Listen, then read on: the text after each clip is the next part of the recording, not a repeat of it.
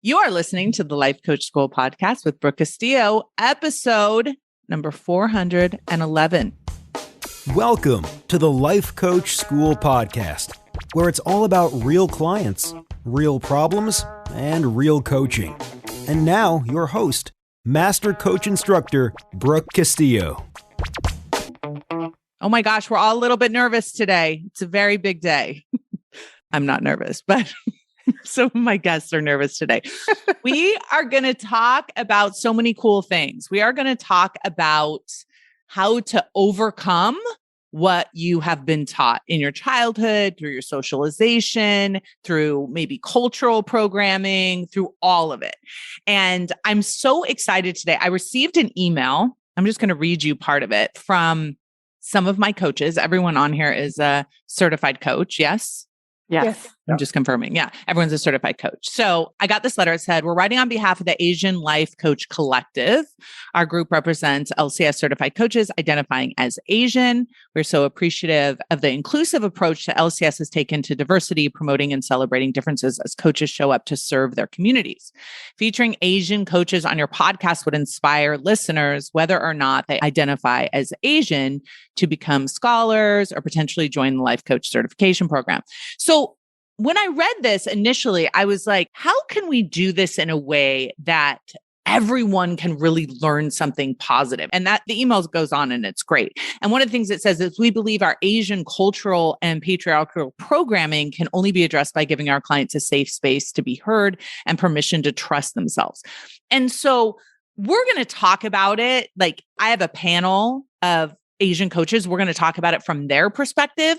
But one of the things that I've learned so much over the past couple of years is how we all have very different programming based on our cultures, based on who raised us.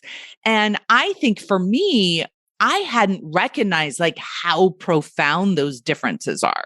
And that was one of my shortcomings, I think, as a coach and as a human, was not like really understanding we are all raised with very different messages based on our culture, based on how we look, based on how we identify.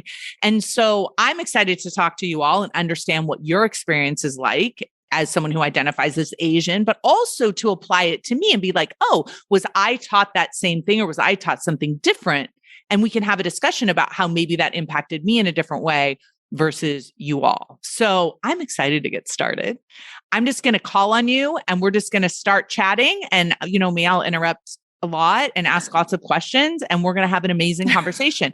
And everybody that's listening, I want you to, really try and learn. First of all, maybe you don't have a lot of experience with, maybe you don't have a lot of Asian friends. You don't have a lot of experience with Asian culture. So this will help you just become a more broadened, expansive, understanding human being. But also, how can this apply to you and yourself? So let's do it. Let's start with you, Lee. Introduce yourself. Oh, okay. Hello. Good morning. Hello. We'll start with you. Introduce yourself. Tell us a little bit about you and what you do in terms of coaching. And then tell us a little bit about how you think what you learned growing up socially, culturally has affected you, and maybe how you've had to unlearn some things. And, I was thinking about this. I'm like, there's some things that we want to unlearn, but there's some things that culturally we may have learned that we're really thankful for, that we learned because of our specific upbringing. So I'd be curious about both of those. Okay. So I may ask you to repeat the question. No, you have to remember exactly everything I just said. I already forgot what I asked, so I'll ask you something different. I'm so happy to be here. Thank you for having us. Yes. My name is Lee Huo. I currently live in Los Angeles with 2 kids and a dog and a husband. I immigrated to this country when I was 8 years old. Okay. And I think ever since then, I always felt this back burner pressure of just pressure. Where did you immigrate from? I immigrated from Taiwan. From Taiwan. Okay. I didn't speak a word of English. And within a year, learned the entire language. And then the following year, represented my school at a reading competition. I know it was a long time ago, but I'm still proud of it. And I'm still going to talk about it. Yeah. I would lead with that always. So anyways, there was no time for idle daydreaming. I knew that right from childhood. I could read between the lines that my parents sacrificed so much to bring me here. And so I had to repay this debt by being the best that I can be. I'm also the oldest. And in the Asian culture, that's an added expectation. That's an added layer of expectation. I was always told over and over again, you're the oldest, don't screw up. You are an example to your brothers. So I had to be the example of, I guess, perfection. Add to that another layer. My youngest brother actually was born with a congenital condition that would require a caretaker for the rest of his life. So now I knew I had to succeed on the behalf of the family so that I can provide. And again, an example of someone who has succeeded. And so how did I learn to be successful in life? Well, I had to be good in school. And I had to make sure that whatever I undertook guaranteed success and a win. Like I couldn't take things that were like unknown results. And so that I think is very much the Asian immigrant creed, is to know what you're after, make sure you can win, put your head down, don't complain, work hard, and I can succeed. So guess what field I went into? Medicine, of course, right? Yes. That's such an easy choice because it has a predictable formula. Even though the path is long and arduous, there's step-by-step process. There was no guesswork. And all around me, growing up, all I knew were doctors and engineers. That's all I knew. I didn't know anybody who was in business or an entrepreneur. So that's what I did. I followed that path. And along that long path to medicine, I did pause a couple of times like, oh my God, what am I doing? But I just couldn't contemplate other careers because I didn't know how to get there. So the unknown was not a consideration for me. So then I just did it all. I did all this stuff. I went to college, medical school, residency, got my stable job at an HMO with great benefits and great pay, marriage, a big house, 2 kids, 3 cars. I just checked off all the expectation boxes. Yeah. So 13 years I was living like this. Then I crashed and burned. Now let's talk about that. Why do you think you crashed and burned? Because you never consulted what was true for you, what you desired. It was just kind of like, this is the track. This is what is expected of me. I'm supposed to become an engineer. Also, right, the socialized examples that you had in front of you. Absolutely. There wasn't a lot of Asian entrepreneur examples for you at the time, is what I hear you saying. And I grew up in the Midwest. I think that also sometimes if I came out to California, so I'll see yoga instructors, yoga students. I'm like, how come I never thought about being a yoga instructor? I love yoga. Yeah. Or even a lawyer, because language, I always had the perception that my English ability was subpar compared to everybody else because I'm an immigrant. So I never thought of law because I was like, that's a lot of reading. That's a lot of writing. That is not my best foot. My strong points are in science and math, where I didn't have to communicate in the English language. So that has always stuck with me. The thought is that, I'm not really eloquent. I'm not capable. And so that's really what it was. As far as crash and burn, I think I was circling the drain of burnout for a few years. Yeah. This was about 10 years ago. Burnout wasn't being discussed in the medical field. And then a workplace trauma sort of pushed me over the edge and I left my job. I left my full-time job in medicine. And that was a really dark time. And I was sort of grappling with my whole identity. There was a huge financial shift.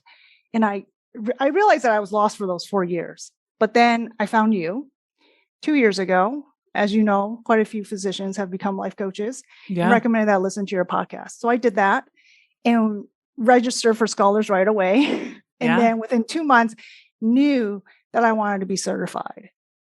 So the big aha moment came to me was this, and this was huge. One night I was studying your study vault, and all of a sudden I realized, oh my God, I am not over the pain that I was running away from. I never dealt with it. All that trauma that I experienced, I didn't deal with it. I was continuing to self-criticize myself and punishing myself. And so, of course, I was living small. And of course, I was trying to look in the past to try to reinvent myself because that's what I knew. And so those 4 years, I look on the surface, I looked like I was doing busy, fun things, but really I was just circling again in the same path. I wasn't moving forward because I didn't have processed my pain and I was still punishing myself in a subconscious way. And your coaching tools show me that. And it was amazing. And so now I'm like, it's okay if I don't know the path going forward. And I have decided that I'm going to let go of medicine and do coaching full time. And so this is huge. But so what is that like from a family cultural perspective in your life? Tell me everything. First of all, I can't even explain coaching to my parents. So they don't know what I'm doing. All I'm saying is I'm running my own business and I'm going to be successful.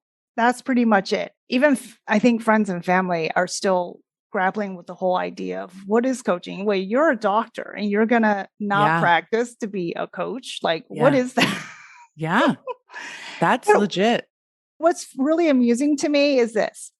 I remember when I started to drive, my mom would literally say to me, where are you going? I'm like, oh, I'm going to something. She goes, well, have you been there? And I was like, well, no. She's like, well, how are you going to get there? I said, well, I'm going to look at a map and I'm going to go. And her whole thing is like, well, if you've never been there, how are you going to get there? You need to wait for someone else to take you there. Wow. And I'm like, yes. And I'm like, what? That means you're never going to do anything. Like you're waiting for someone else to show you how to get there. And that applied to all areas of life. And that's where I got it, right? Unless I know the outcome already, which guarantees success, then I'm not going to do it. So this whole thing with entrepreneur having my own business, life coaching is we're in uncharted waters. We're in like the wild, wild west. That's what makes it so awesome. Yes. And I'm totally excited. But I want to say to my parents, like, you guys, as immigrants to this country, especially for my mother, going to a different country where you don't speak the language, you don't have any family, you don't know the culture, there's no way you can find evidence of that in the past. There was no manual. There was no clue.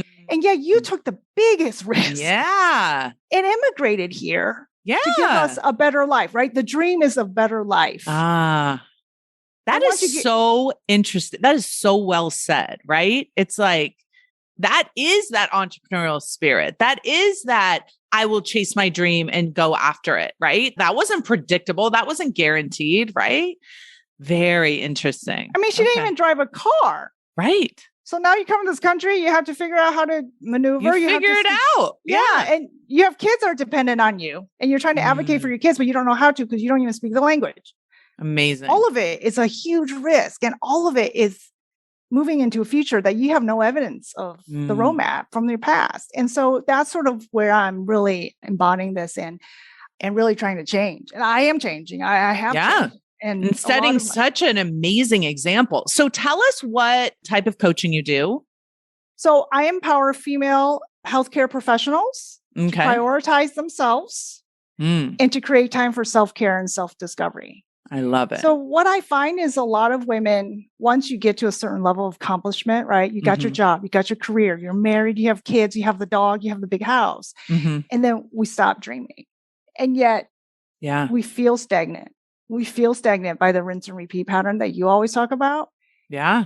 But yet we won't take the time to really allow ourselves that space and permission to discover what do we really want now that we've arrived? Like we can continue to want different things in a different future.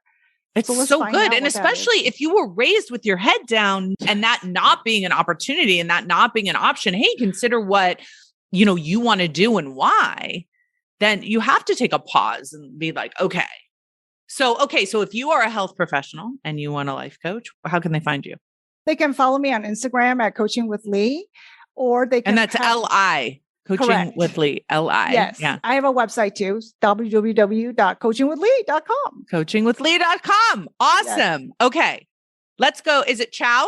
Am I saying it right? Yes. All right. Let's go. Brooke, so nice to be here. And I'm actually the one Lee's talking about. I'm the first generation of the immigrant in the US. So glad to be here. And I just want to share a little bit, take everyone back to the beginning of my immigration journey. Yes. I remember that day vividly because I actually migrated from China to Florida, which is Gainesville, Florida. That's the part, I don't even know what the Gainesville looked like. It's just like small town. I remember that day, it was really sunny, had the Florida weather. I was venturing out, try to find a restaurant to eat because I have no idea how to even order stuff. How old were you? I was 22 at the time. Oh, okay. All right. And I was like, okay, I'm just going to pretend I know everything. I'm just part of the society, right? Walking to the Subway restaurant. And when the server started asking me like, what kind of bread do you want? What kind of cheese do you want? I am just freaking out. Threw everything apart. And I try to find the only words I know. And this is a sentence that I squeezed it out. I was like, can you just give me the most popular one? And to this day, I still remember her response. She said, everything's popular here. Oh, no. I was literally Cut me a break. Jeez. I was so ashamed. I felt like I don't belong here. I just walked out. I turned around and walked out. Oh, wow. And from that point, I think I took it near dear to my heart. I need to do something to make sure I feel belong here. Now look back, I know we all know the model. I'm keep changing the environment. Yeah. I actually find the most American name I can find for myself, Hunter. And people are like, why you choose Hunter? I was like, can you just tell I'm looking like a hunter? And then wow. I mean, wait, listen, it's funny to me that you picked the word hunter, but like, it's the opposite of feeling like you belong. And this is something I've really learned recently is when you try to be more like somebody else in order to feel like you belong to that group of people, you lose yourself in that process. And even if they do accept you, they're accepting some guy named Hunter. Yes. Which isn't even who you are. No, because sometimes I went to the neighbor's party. They're like, wait, who are you? I was like, oh, I forgot. Do I tell you I'm Hunter or I'm Chow? Yes. Interesting. Yes. Yeah. And that's when I actually started looking. Also, during this whole immigration journey, I try to find the 6-figure job so I can feel that happiness, because it seems like everyone working in the high-tech company, they make 6-figure job, they live a comfortable life. That's how I was thinking I can find my happiness. Yes. And also, I actually relocated myself from Florida to Washington, D.C. I was like, it got to be the place because that's the most diversified place I can find. Yeah. It doesn't solve the feeling of belonging. Like you said, it's actually drift me away from feel belonged. Wow. That's so interesting. And I wonder, one of the things that I've learned is like when you are in an environment where it is just mostly white people, even if you're born here and raised here, that's a whole different experience, right? Being in this country, being an American and having that difference and not feeling like you belong, not seeing yourself represented well on TV and in the movies and that sort of thing. And then to immigrate here and to feel like you don't understand the restaurant situation or how, the norms, and trying to figure that out and become that so you feel like you belong, and then feel the complete opposite must have been very isolating. So how did you deal with that? Yes. So after all this changing and moving and then finding a new job, I remember to that day, I find your podcast. I was just obsessed with that because I was like, oh, that's actually, I'm keep changing the C and expect a different result or different feeling. Yes. And then that's where I find the coaching and then actually show me, oh, this is what I'm doing. And then I start tapping into, just play around with that feeling belonged. Is that sometimes I put in the feeling line because I feel like grounded, I feel spacious, I feel purposeful. Yes. Sometimes I put in the thought line because sometimes I was like, oh, what can I think in order to make me feel good, feel like a part of society? Yeah. The sentence I come up to this day, I still live it, is just be yourself. The world will adjust. Yes.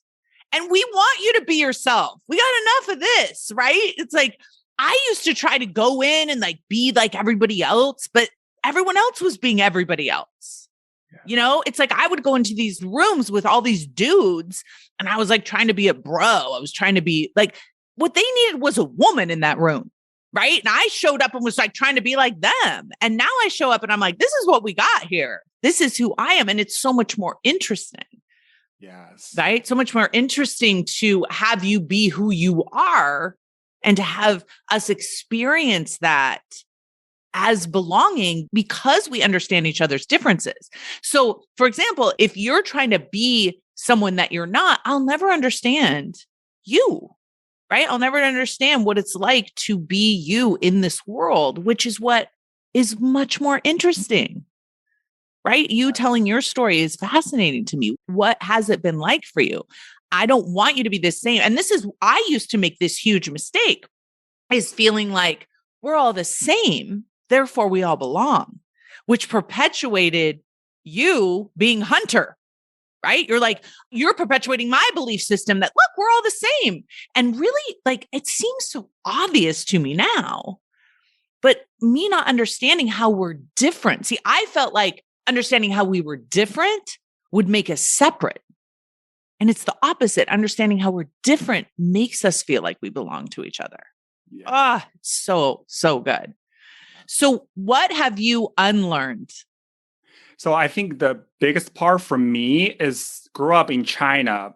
The question that we always ask ourselves is, will I ever feel like I belong here or part of the group? Yeah. And then what happened is, if the answer is no, I don't belong, or if nobody acknowledge us or nobody like us, that means something wrong with me. I need to change. Yes. I need to change to fit in. It's and so that's safe. True. How many of us have thought that? Yep. Yeah. And then just unlearning that, holding a space. I still remember to this day, the first lesson you teach us during the certification is hold space for the clients. Yes. And actually holding space for ourselves and give ourselves the safe space to express any of those, like anxious or fear or scared. Yeah. I think that would be really helpful for us. Just come true to ourselves instead of always be like people pleasing, try to fit in, try to just be a member of this group. Yes. So great. So tell me about the coaching that you're doing. Yes. So I am actually a scholar coach. And also I help immigrants. Which means you work inside Self-Coaching Scholars, coaching our clients. Yes. Amazing. Yeah. And also I help immigrants to find their success without compromising who they are. Yes. So what I mean by that is oftentimes people come to me, they're like, oh, I have to enjoy going to happy hours in order to be considered as a team member. Or I have to be, as an immigrant, I have to learn how to play golf in order to be considered for next promotion. And then the third thing I think is really near dear to my heart is they feel like they have to speak up. They have to stand on their ground all the time in order to be seen and to be heard.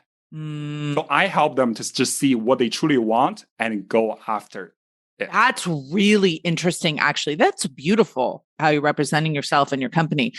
That third point is really good. It's kind of like the opposite of becoming hunter. It's then all of a sudden becoming super Chow. Like, I'm going to come in and like tell everyone what's up and how to behave. And like, this is, you know what I mean? It's like there's somewhere in the middle where you can just be who you are and show up as who you are and recognize that not everybody is going to like you, and that's okay. And not everyone's going to accept you, and that's okay. But you accept you. Yes. Yeah. So it's really interesting. Actually, I was talking to a group of people that were considering joining certification. And there was a woman that English was her second language. And she was terrified to join certification because she didn't think she'd be able to pass the test. And she didn't think that she would be able to overcome her accent and be able to communicate with her clients.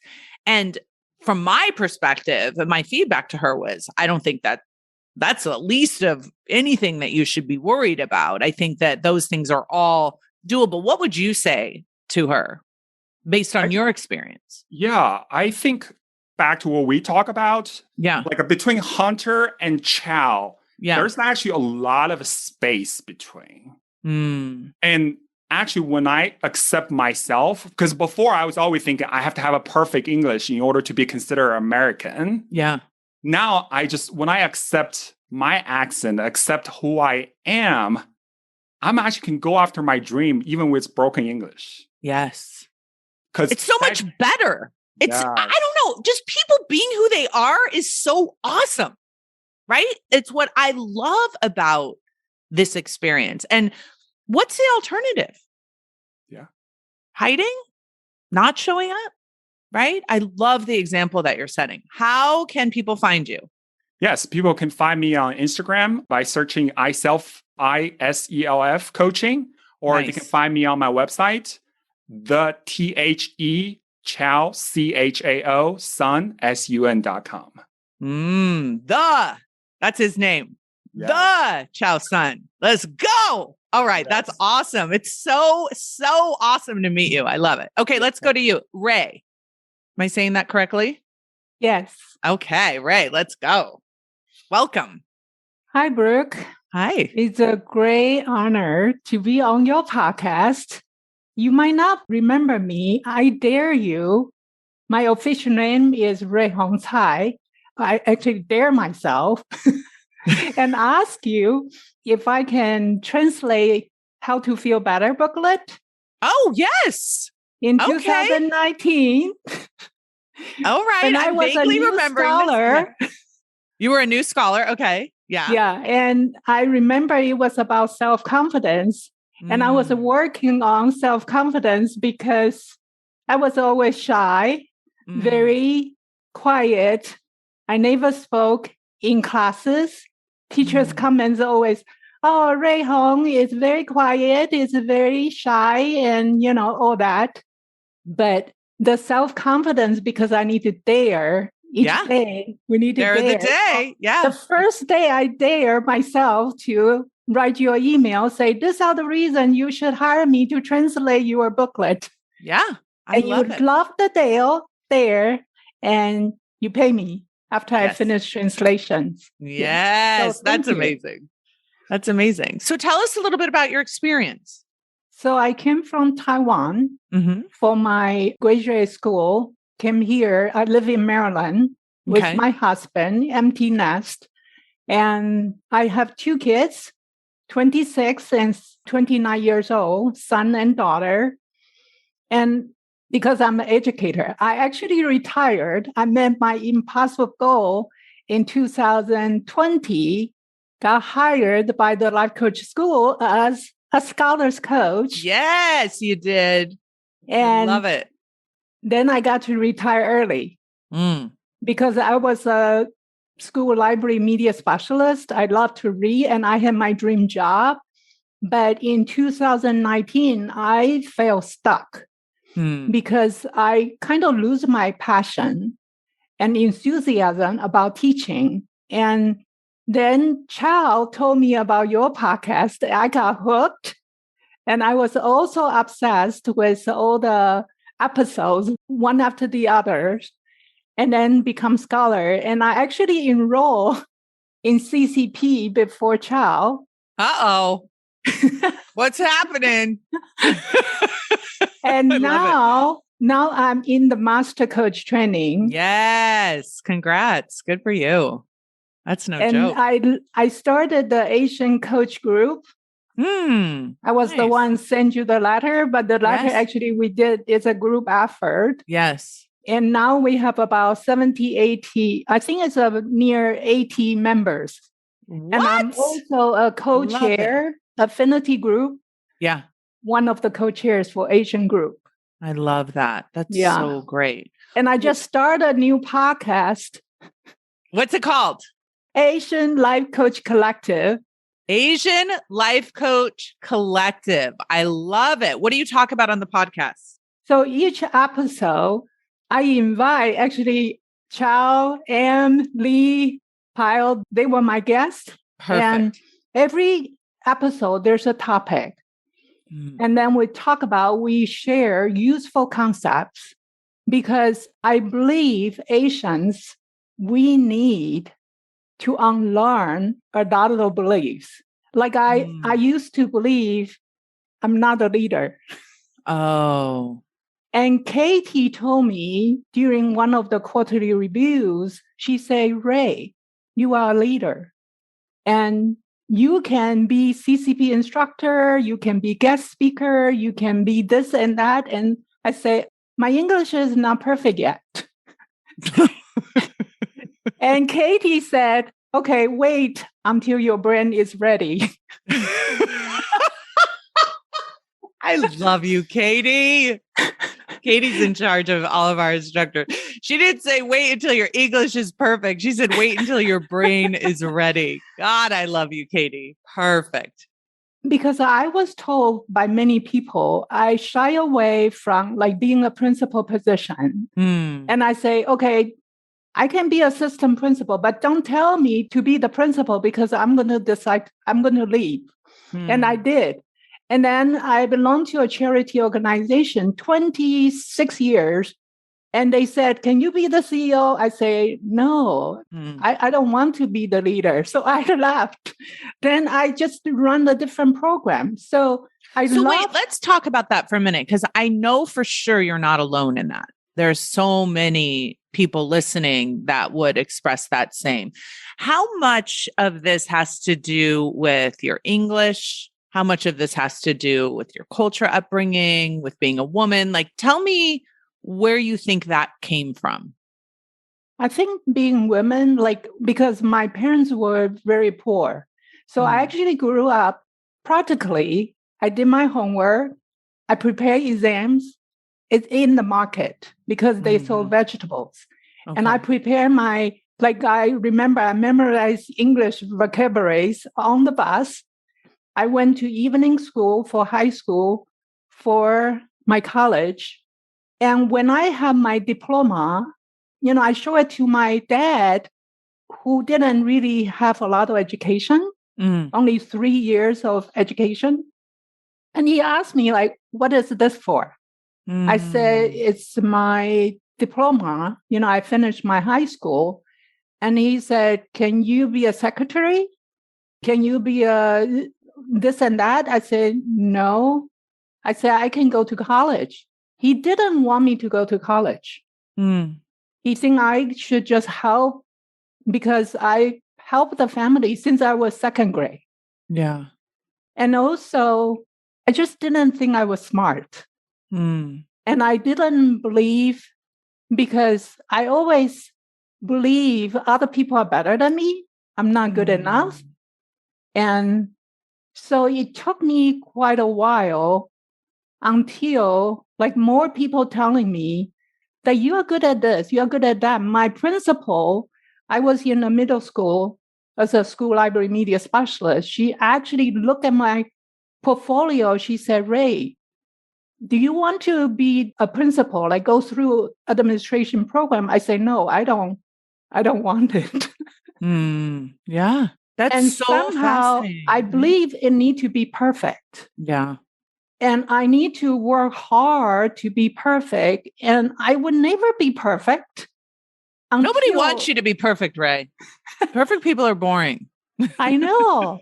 Until I went through scholars and also, certification program. And now the master coach training, it's mind-blowing. I finally realized, okay, I'm a leader. Yes. Because I'm tired of hiding. Right. I'm tired of playing small. And I feel suppressed. I didn't have a voice.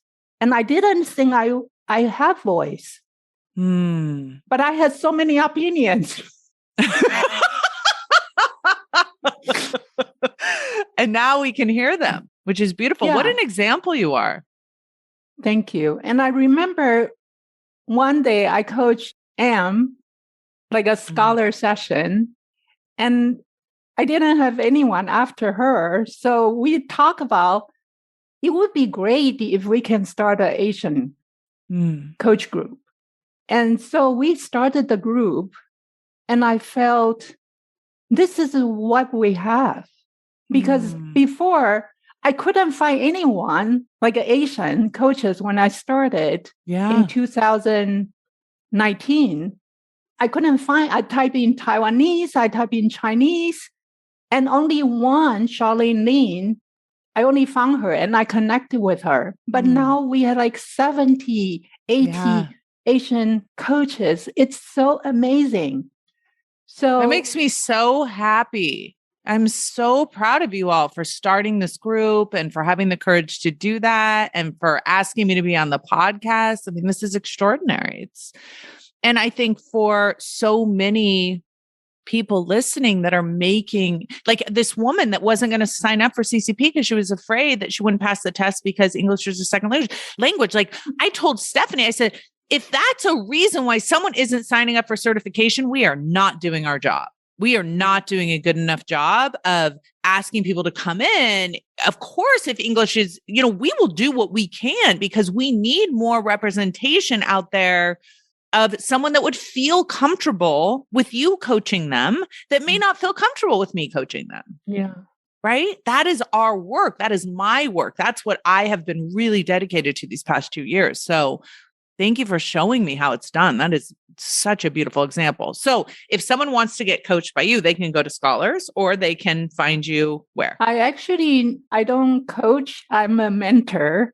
Oh, you're a mentor in Scholars now. Okay, good. I'm mentor. Of course you are, coaches. Rae. Of course you are a mentor now. Congratulations.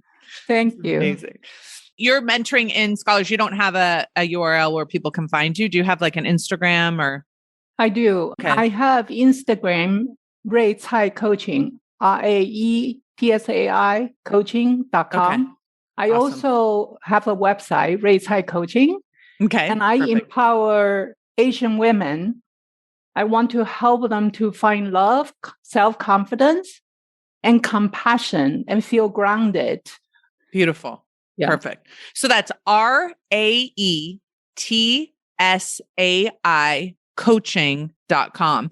And I will have all of this in the show notes. And I really want to encourage each of you listening. You can come to the website and see us all on video. We're very cute.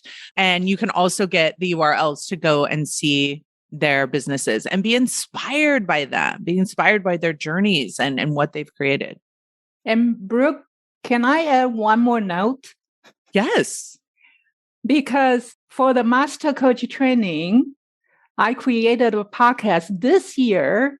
I didn't know anything about podcast. Yeah. And because I want to empower Asians, so I started Asian Life Coach Collective podcast. Okay. And for the Master Coach project, I need to have 4,000 downloads by the end of February. And I'm wondering if anyone can help with downloading, that would be super. All right, listen to me. Everybody go download this podcast. Everybody listening to this podcast right now, go download it. It's on iTunes. Do this. These Master Coach projects are hard, I hear. Tell me about it. Yeah. Go check it out. I love it. I love it. A lot of drama. Okay, let's go to you, Em. Yeah. Hi. Hi. Tell me everything. So I just want to say that, kind of our theme here is that, we're about sort of overcoming whatever programming and, societal or cultural programming.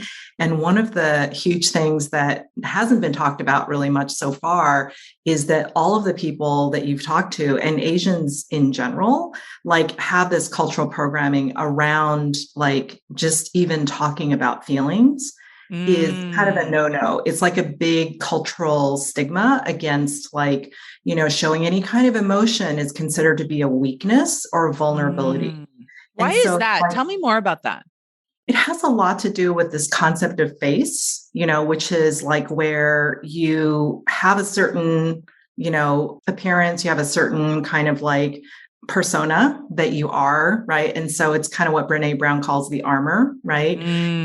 And so you don't want to show any chinks in the armor. You don't want to have any kind of cracks or any kind of vulnerability.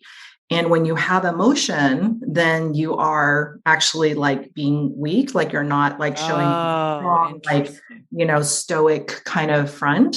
Yeah. And so I just want to say that a big part of our Asian Life Coach Collective group is about destigmatizing the idea of sort of mental health in general and the whole kind of talking about feelings, holding space for each other, this is okay. And our group really came about, back when there was a lot of, Asian hate crimes were on the rise. And we were really, I think, feeling not only is that a problem for us societally, but within the Asian community, there is actually the messaging that we would get is don't talk about it. It's not okay. Hide, be small. Don't talk about the experience of what it's like to be at the effect of these hate crimes. And this was when COVID was first happening. Is that what you're referring to? there's both COVID, and then there was also like after Black Lives Matter started, like that whole movement, then there was a rise in Asian hate crimes where specifically people were targeting Asians and especially like vulnerable, like older people. Like there's a lot of stuff like on the media about sort of like all of that happening. Right. And people were coming forward and kind of saying, hey, this is not okay. There was like a message I think Joe Biden and his wife did like last year, if I'm not mistaken. Yeah. And so I do feel like that was something that it's almost like you were hearing it on the media, but I think the messaging within the community and within our families was like, oh, don't talk about that. Like, that's so shameful. It's like a weakness. Like, don't talk about your feelings. Don't talk about like being scared. Like, let's just pretend it's not happening kind of thing. So everyone, I just want you all to know, because I'm sitting here looking, everyone is like nodding voraciously on this call, like that. It seems like a collective experience for all of you where, you know, you're feeling afraid, you're feeling like you need maybe to reach out and have a conversation about this. And the messaging is no, don't. You need to not show any chinks in the armor. You need to be strong here. This is not a problem, which is, of course, the opposite of what we teach and the opposite of what's mentally healthy as you're going through severe emotions. Totally. Yeah. And so I think the point is if there's just a lot of, you know, again, cultural and generational, you know, messaging that's disempowering and really just, you know, you have been such an inspiration, I think, to all of us. Like, obviously we're here and part of your training because we feel like, oh, you know, like all of a sudden there's this like, you know, truth that's like, oh, well, we can actually choose our own, you know, kind of thoughts. We can choose our own beliefs. And we don't have to sort of just go along to get along, right? To, you know, just kind of buy into it all. So what has your experience been like? So I live in Hong Kong and I spent a lot of years in the US, probably 20, 25 years in the US. I am a doctor. I was trained there and I practiced there. I was in academic medicine. And so my experience has just been that I'm a contract coach for Katrina Ubell. And so I was so excited to find her. I love you, Katrina. Yeah, I know. So Shout out to Katrina. Yeah, that's great. When I did her advanced physician coach program, she actually invited me to join her team. So now I'm part of her team as a contract coach. Love it. And so now, you know, I'm coaching women doctors from all around the world. You know, we have people in Australia and Japan and all over the place. So that's totally awesome. Yeah. That's amazing. So what do you think, you know, having been here, being in Hong Kong, what do you think we're missing in terms of understanding the experience of being Asian, not just living in America, but living worldwide? What could we learn more as white coaches, Black coaches, brown coaches, all of us? What can we learn more about your experience that would help us be better coaches, do you think? Wow, what a huge question. I mean, I think it's, for me, like the general message is we're all individuals, right? And so probably the biggest thing I would say is just don't assume. Yeah, be curious, you know, always be open to hearing each individual's story because each individual is an individual, whatever, you know, the sort of outer look is, and we're all worthy and we're all sort of value. Yeah, I love that. That's beautifully said. So is there a way for us to find you, contact you, talk to you? Yeah. So on social, I'm Dr. M. Wong, and then I have a website with a blog and it's integrityhealing.info, all one word. Yeah. Yeah. And so I write about brain health coaching and dementia prevention, particularly for caregivers. Yeah. So that's my jam. That's awesome. Yay. All right. Payal? Pyle. Did I say it right? Yes. Yes, you did. Let's go. So funny story. First time that Brooke coached me on Scholars, I taught you how to say my name. And how many times have you taught me since then?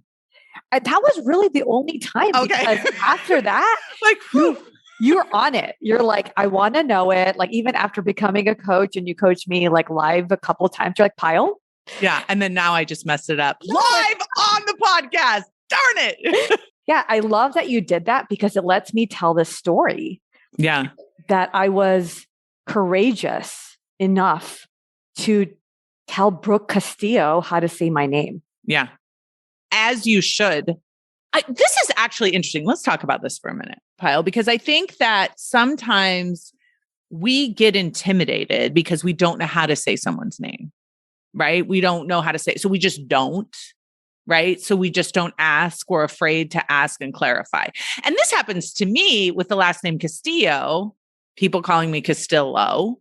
And it was interesting. I was dating a man named Rahul, and everyone wanted to call him Raul.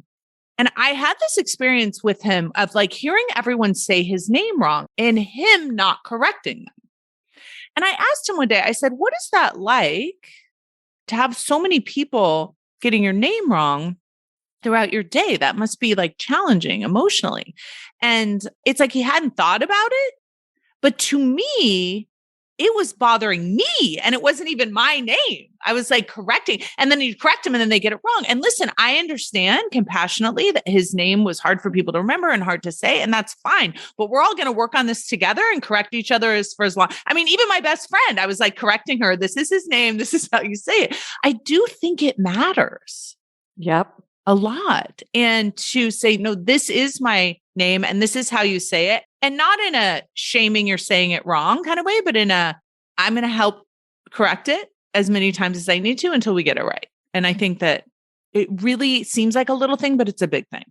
It's a huge thing, especially if, we've been taught, don't stand out. Don't take up space. Yeah. Just be a fly on the wall.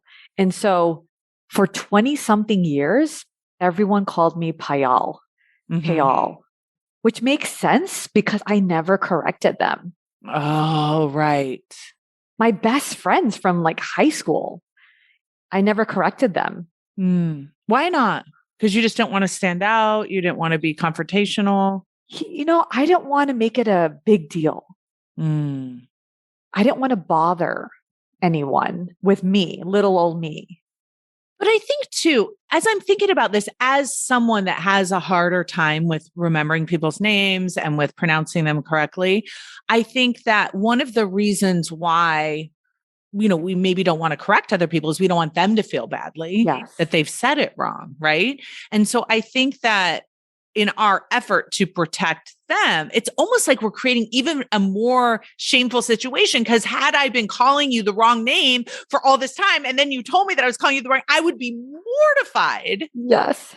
Over just please keep correcting me. Please keep, saying it. I mean, I would like this to be the rule. Like, please always correct someone when they say your name wrong. And, that's a lot of emotional labor for sure, to always have to be correcting and always have to be doing that. But I think it's, a bummer that you have to do that. And I think it's worth it to be called for sure. And the right honestly, name. Like I'm kind of grateful that, when people don't say my name right, it's an opportunity for me to remind myself that you matter.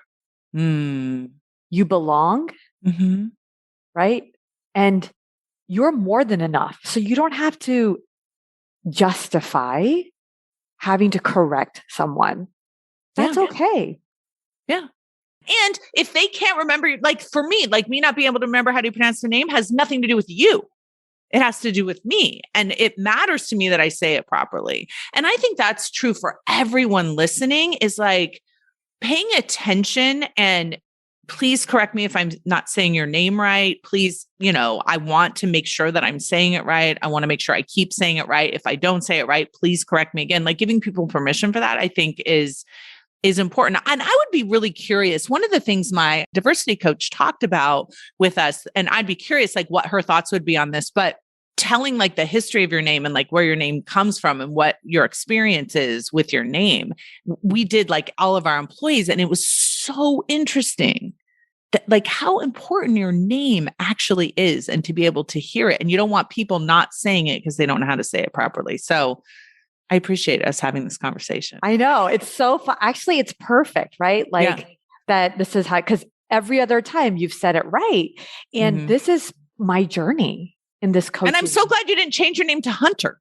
No, I'm not Jennifer. Oh, I thought it would be Stacy or something.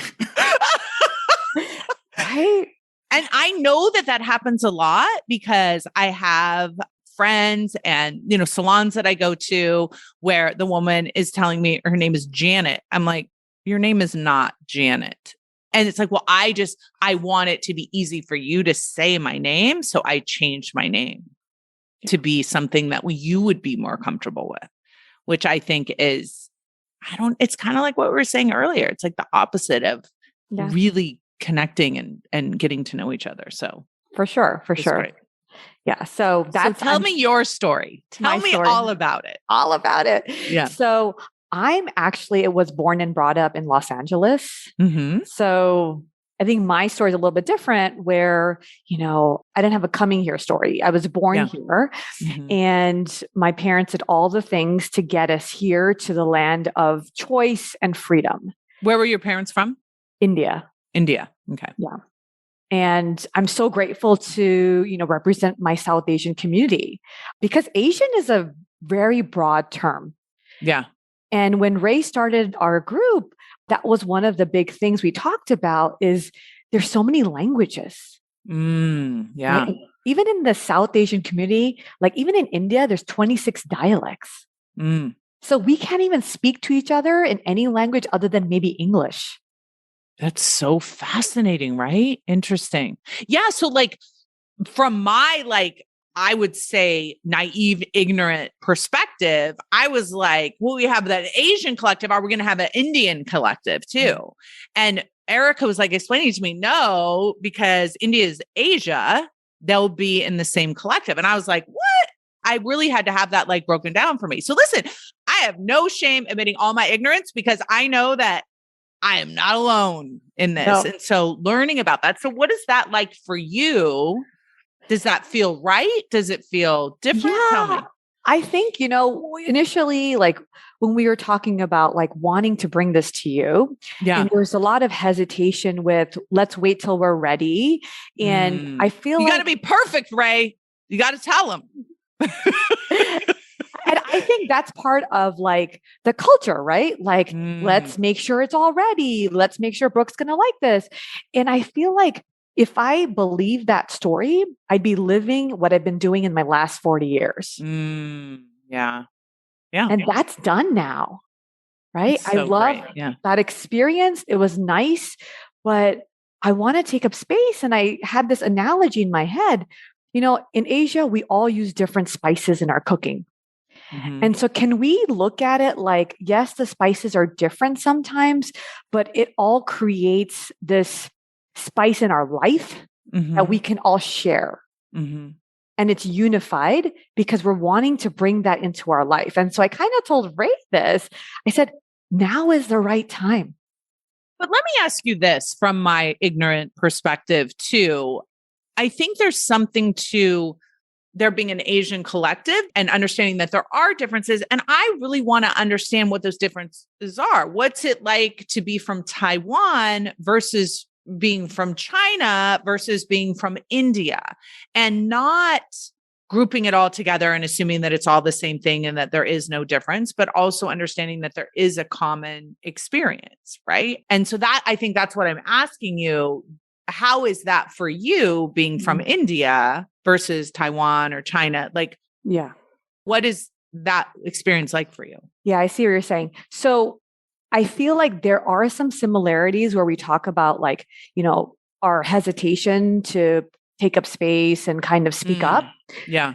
But the difference is our own individual, ancestral, familial, cultural upbringing. And even that, I would say, is individualized based on, were you born in India? Did you come to the United States, when you were 8? Or were you born in the United States? Yeah. Even within the community, there's a lot of discrimination on this part. Oh, really? Oh, that's interesting. So discrimination against people who weren't born in the US versus people who were. Oh, interesting. 100%, because there's this like, well, I'm more assimilated than you are. As if that's the goal, right? Like what Chow was saying, that's like, okay, the goal is to become as much assimilated as you possibly can so you can then belong because you're less of what? Indian. You're less of from India. Right. You don't stand out. Right. And so like for me, I did all the things, right? Like I was born here, firstborn female. So perfectionist, type A, straight A student, senior class officer, all the things.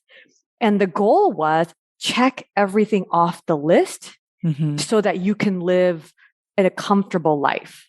And in my house, it's funny that Lee brought this up, but in my house, the options were not doctor, engineer, finance, or law. The options were doctor, doctor, doctor. Yeah. And not because we had any physicians in my family. It's because it was the safe thing to do. Because there's step by step by step, and you know you're going to make a certain amount of money. Right. Yeah. Right. So you know, like you're not going to starve, right? You're going to have a job.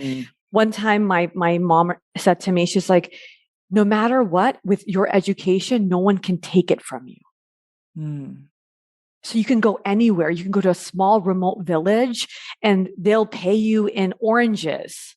Yeah. You can save someone's life. There was safety. Was the theory. Yeah. Yeah. There's safety in that thinking.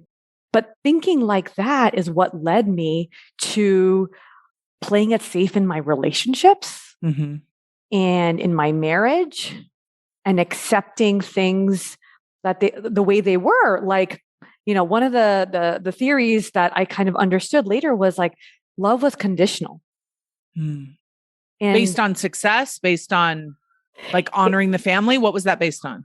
Yes, in the family, yes. Love was conditional because you did well and we were accepting of you. But for me, my journey in coaching was based on, you know, love was conditional in my marriage because if you honored like what I want to do, or if you honored what my family was doing, then I would accept you. Interesting. Okay. Which I didn't understand for a long time. I was just doing all the things, like putting on all the hats. I have 2 kids. They're 9 and 7. I have boys. So just like you, I'm a boy mama. And like, it's just been fascinating how I was willing to just sacrifice. Yeah. To be accepted. Right. So where are you now? So I'm physically, where am I now? Well, yeah. Well, so you're I'm right here. Yeah. I'm in Los Angeles. But where are you like emotionally in your life? Like what have you learned and unlearned? And oh my gosh, I'm in a space of full self-love and compassion and acceptance of me, irregardless of the people in my world. Wow. How did you get there? You. Oh. You, like, honestly, like, I heard about you, like some of the coaches needed some, like their hours met. And I was like, yeah, great, free therapy. And that's like, you know, if you know any Indian people or South Asian people, we love a great deal. Okay. That's our thing. Coupon free. Like, I was like, this is great. I don't have to pay for this. But that was like my stepping stone into, I spent $40K on therapy, you know, when my marriage was failing. And I still wasn't happy, but coaching took me from a place of okay to living my best life. It's so awesome. It's amazing. So thank you so much for sharing and being open, because in my community, and I'll say for South Asians, we don't want to talk about our relationship with our moms, our marriages, our parenting, our in-laws. Like, even when things were bad, there was like a don't talk about it. Let's like brush it underneath the rug. And I was like screaming here saying, no, I'm not being heard. Yeah. That's amazing. It's amazing. So I live in freedom now. Yeah. I love that. So are you coaching right now? What's happening? Full-time, Brooke. And I'm so excited. I always say like, this girl's on fire, right? And if I can do it, it's possible for any of my South Asian friends, So I coach women of color in medicine to love their jobs, their families, themselves by speaking up, taking up space and asking for what they want. Yeah. Without guilt. It's so beautiful. I was just talking to Chris Plackey, my best friend, about this, and she was saying that she has this program called Show Up and Shine. And it just sounds so easy. Just show up and shine. Like it's the hardest thing, right? And you're doing it, you're living it, you're shining. And, I think a lot of times we look at someone like you who is doing that and we think, oh, that must be so nice. Yes. But you're having to overcome so much just to be in your own light, just to have the courage to show up, to shine like that. So I also want to say, I'm just noticing, so we're all on Zoom as we're doing this call. She specifically in parentheses told me how to pronounce her name. And I still completely effed it up. And I'm still coming back. I'm still going to show up. I'm still going to do it. So I appreciate you. Thank you so much for doing that. And for all of us, right? For all of us being willing to ask things that we don't understand, to want to get to know how we're different and how we're the same. And one of the most important things, I think, Chow, you brought this up so well, is one of the ways that we can belong is not by being the same. It's by appreciating and loving all of our differences and our different experiences of what it's like. I feel so connected to all of you now, understanding what it's been like for you to overcome stuff that you've been socialized to believe or been taught culturally to believe, and how the model has helped you question your own thinking and to step into more of who you are. And it's so important for all of our true voices to be heard. I'm not going to learn anything from you if you're just telling me what you think I want to hear. I'm going to learn something from you when you tell me something I don't know, something I don't understand, an experience I haven't had. So I appreciate all of you.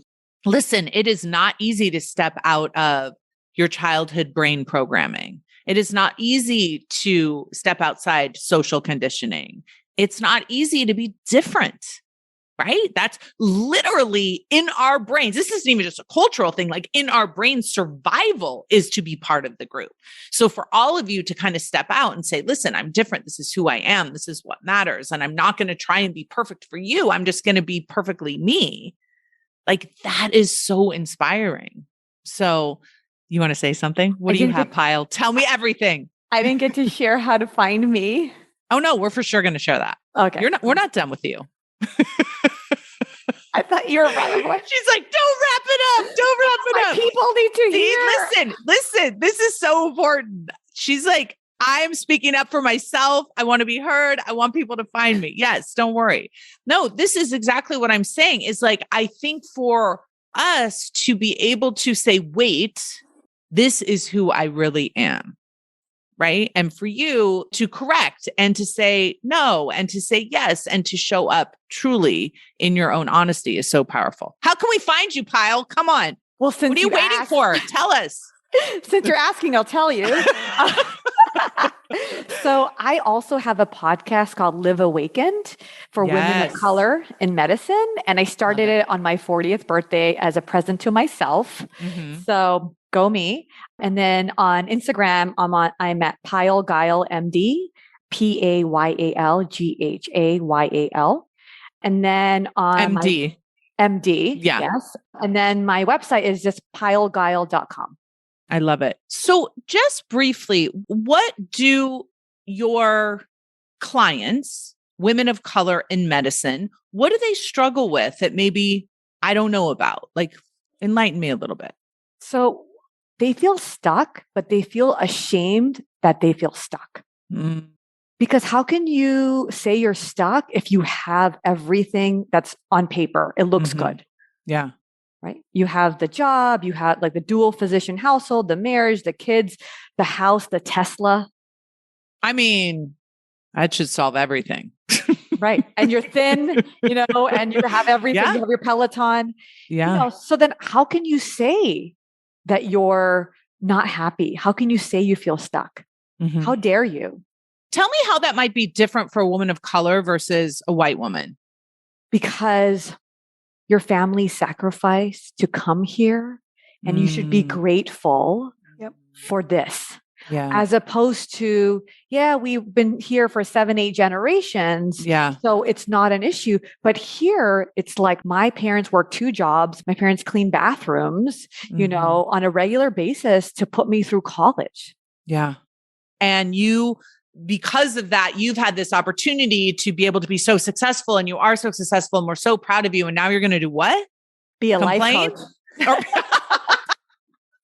You're going to complain about this and be upset about this and talk about your feelings out loud about this, right? And bring shame to the family. Yep. Yeah. And bring shame to the family. Yeah. There's a concept. It's like, what will people think? Mm-hmm. And in Hindi, there's a phrase, and one of the comedians, he had a whole segment on this on Netflix. And I was like, yes, we are obsessed with what will people think.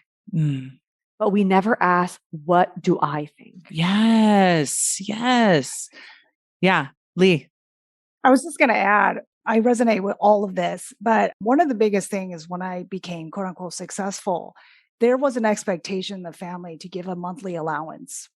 And that was because I succeeded. We sacrificed for you all. Now it's your turn to take care of the family. Yes. I have heard that a lot, actually. Yeah. So that was a big expectation, actually, which I said no to, because I was like, between all the holidays and Mother's Day and Father's Day, I think I give plenty of money. And so that's actually very common, is that they sacrifice everything. And of course, I am grateful. But where do we draw the line? Where can we be intentional so I'm not resentful of their expectations? And that's so interesting. I have a very close friend that's Eastern European descent that talks about how that is just not negotiable for her. Like, that is an expectation that is something that she is fully committed to, because the alternative is too excruciating. Yeah. Can you imagine me telling them, well, I don't have any income now. I'm becoming a life coach and I'm an entrepreneur, so I can't give you any money. I can't support the family. Yeah. Yeah. It's a whole nother layer of consideration. And it's something that sometimes you don't even recognize that is part of, your conditioning and how you were programmed, like literally how our brains are programmed when we're surrounded by things and learning things like that. So yeah, thank you for sharing it. Yeah, Rae. Yeah, I think it's because for Asians, we call filial piety. We want to give back what our parents did for us because they sacrificed for us. Yes. So we should sacrifice for them. We don't put ourselves first, and we need to put parents first. That's the reason, like, I got coached by feeling guilt because my parents, they are 87, 90 years old. And I'm here in America and I won't be able to help them. Even I'm still helping them. But I believe physically I need to be there to help them so they can feel better. Yeah. And listen, here's what I want to say about this. I've actually coached a lot of people on this topic. And one of the things that I think is really important as a distinguishing factor is nobody here is saying you shouldn't take care of your parents. Nobody would, maybe you shouldn't, but maybe you should. Like, either way, that is your decision. But taking care of people because of cultural conditioning that is having you do stuff out of resentment and guilt is not serving you, right? You can take care of your parents out of love and compassion and desire in a way that is very nurturing to everyone. But listen, I had to do some deep unconditioning on resentment and guilt too. And so I think that's a really important point to be questioning. And so there are a lot of, I think, cultural things that we are taught that are beautiful and that we can honor, and from a place of a very cherished way. And then there's things that we feel obligated and guilted into doing. And it's just cleaning that out, right? The R line may be the exact same. We're just changing that T and F line to really understand ourselves and what's important, and to choose something on purpose, not because we were told this is how it, or socialized to believe that. So yeah, I really appreciate that. Well, that was fun. Thank you guys all for joining me. We got a little carried away. I really enjoyed this conversation. I know that everyone listening in for sure did as well. You can go to thelifecoachschool.com to see us on video, to get all the show notes. to find all these spectacular humans, to ask them questions and follow them and download their podcasts, for goodness sakes. We got a master project. So thank you all for joining me. It's been such an honor to meet all of you and to talk to you and to hear every amazing thing that you're doing in the world. And I'm humbled to learn from all of you and to expand my knowledge and to become more inclusive and understanding of what it's like for everyone's experience. So thank you very much. Have a great week, everyone. I love you all. Appreciate you. We'll talk to you Thank soon. you. Bye. Thank you. Appreciate you, Brooke. Bye. Take care. Hey, if you enjoy listening to this podcast, you have to come check out Self-Coaching Scholars. It's my monthly coaching program where we take all this material and we apply it. We take it to the next level and we study it. Join me over at thelifecoachschool.com/join. Make sure you type in the THE lifecoachschool.com/join. I'd love to have you join me in Self-Coaching Scholars. See you there.